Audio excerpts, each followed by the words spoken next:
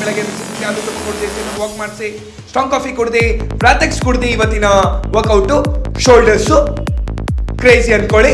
Shoulders ರಪ ರಪ ರಪ ರಪ ರಪ ರಪ ಅಂತ ಮಾಡ್ಕೊಂಡು ಆಪ್ಸ್ 1 ರೌಂಡ್ ಮಾಡಿದ ತಕ್ಷಣ on the way aunty idli parcel ಕಚ್ಕೊಂಡು ಚಿನ್ನುಗೆ ವಾಕ್ ಮಾಡಿಸಿದ ತಕ್ಷಣ ಮಸಲ್ ಪ್ಲೇಸ್ ಓಟ್ಸ್ ತಿಂದಿದ ತಕ್ಷಣ ದಬಾಕೊಂಡಿದ್ದಿ on the way Ayyappa hotel.